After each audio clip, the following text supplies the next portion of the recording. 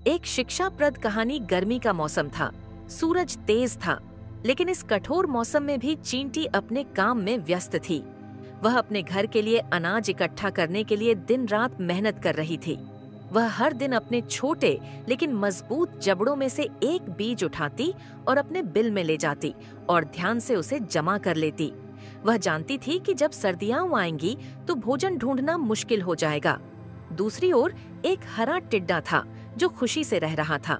वह हर समय पेड़ों और घास पर बैठा गाता, कूदता और मौज मस्ती करता रहता था। चींटी को कड़ी मेहनत करते देख वह हंसा और बोला, तुम छोटी चींटी, तुम हमेशा व्यस्त रहती हो, कुछ मौज मस्ती भी करो। आओ गाओ, खेलो और मेरे साथ जीवन का आनंद लो। चींटी मुस्कुराई और बोली, मेरे दोस्त, मैं काम कर रहा हूँ, इसलिए मैं सर्दियों में भूखा नहीं रहूंगा। अभी गर्मी है, भोजन की कोई कमी नहीं है, लेकिन जब बर्फबारी होगी तो आप क्या करेंगे? टिड्डा हंसा और बोला, चिंता मत करो, सर्दी आने पर मैं कुछ करूंगा। अभी के लिए जीवन का आनंद लो। चींटी ने कंधे उचकाए और अपना काम जारी रखा। जैसे जैसे दिन बीतते गए, गर्मियों का सूरज शरद ऋतु की हवा में बदल गया और फिर बर्फीली सर्दियों की हवाओं ने हर जगह बर्फ बिखेर दी। पेड़ सूख गए, घास गायब हो गई और भोजन के स्रोत कम हो गए। टॉड, जिसने पूरा समय दावत में बिताया था, अब भूखा और कमजोर था।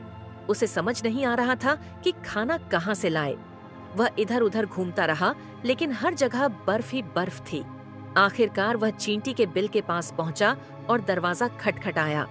अंदर चींटी ने पूछा, कौन है भाई?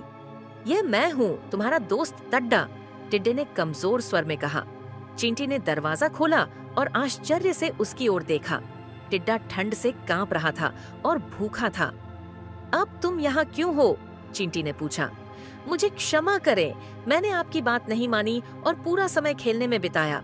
अब मेरे पास खाने के लिए कुछ भी नहीं है, कृपया मेरी मदद करें, टिड्डे ने नम्रता पूर्वक कहा।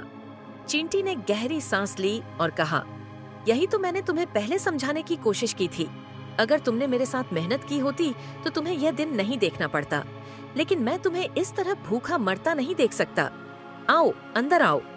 चींटी ने उसे अपने घर में बिठाया, कुछ खाने को दिया और आराम करने दिया, लेकिन उसे यह भी सिखाया कि जीवन में कड़ी मेहनत और योजना बहुत महत्वपूर्ण है, अन्यथा समय क्रूर हो सकता है। इस कहानी से हमें यह सीख मिलती है कि मेहनत करने वाले लोग हमेशा सफल होते हैं, जबकि आलसी और लापरवाह लोग बाद में पछताते हैं। इसलिए हमें समय रहते कड़ी मेहनत करनी चाहिए, ताकि भविष्य में हमें कठिनाइयों का सामना न करना पड़े।